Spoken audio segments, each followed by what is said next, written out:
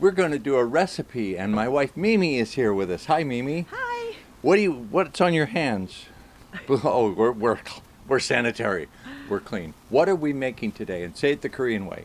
Fudgy. Fudgy. Fudgy. We're making fudgy.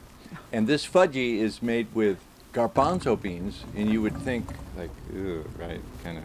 Very good. It's very, very good. Very, very tasty. Putting garbanzo beans as the base of this fudge makes it a little healthier, and it tastes really, really good. Watch this. Start with 1 can of chickpeas drained and rinsed.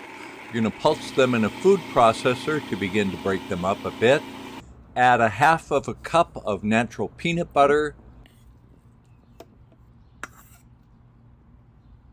Meanwhile, we're heating 2 cups of vegan chocolate chips in a bowl over heated water. 1/4 cup of maple syrup. Some unsweetened cocoa powder. We're going to put in 2 tablespoons of that.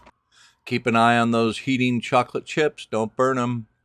1 tablespoon of vanilla extract. Meanwhile, the chips are melting. A bit of sea salt.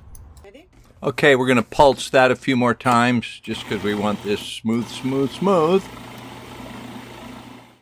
The melted chocolate chips, finally those go into the food processor.